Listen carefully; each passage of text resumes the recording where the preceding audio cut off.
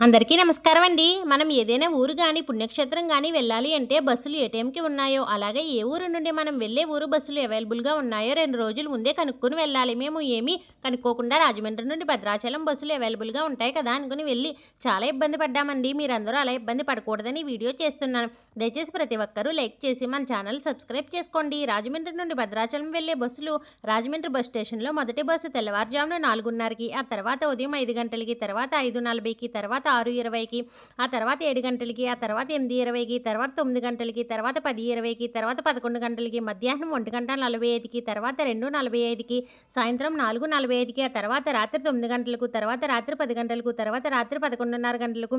ఇన్ని బస్సులు ఉన్నాయిగా ఎందుకు ఇబ్బంది పడ్డారు అనుకుంటున్నారు కదండి. మేము వెళ్ళిన రోజు ఇన్ని బస్సులు ఫుల్ అయిపోయాయంటండి. ఒక్క సీట్ కూడా ఖాళీ లేదంట. ముఖ్యంగా 2 రోజుల ముందు రిజర్వేషన్ చేయించుకోవాలంటండి. అలా రిజర్వేషన్ చేయించుకుంటేనే మనకు సీట్ ఉంటుందంటండి.